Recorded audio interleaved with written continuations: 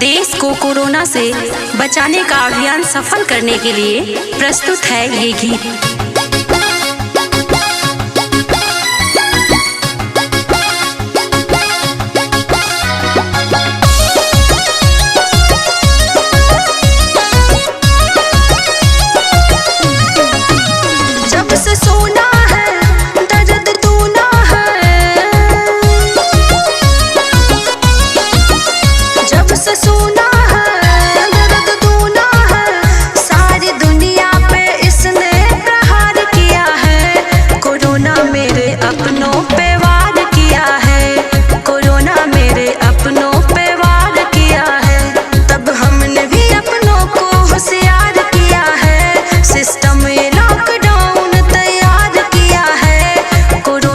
बचने का उपचार किया है, कोरोना से बचने का उपचार किया है।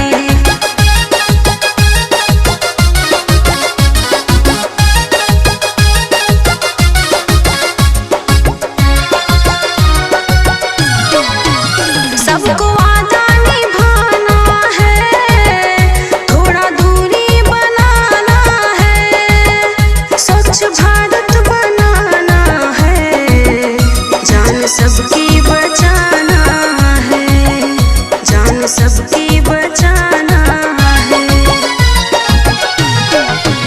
सबको वादा निभाना है, थोड़ा दूरी बनाना है, स्वच्छ भारत बनाना है, जान सबकी बचाना है। हमको लड़ना है, अब न डरना है, हमको लड़ना है, अब न डरना है, सबकी खुशियों को इसने तार तार किया है।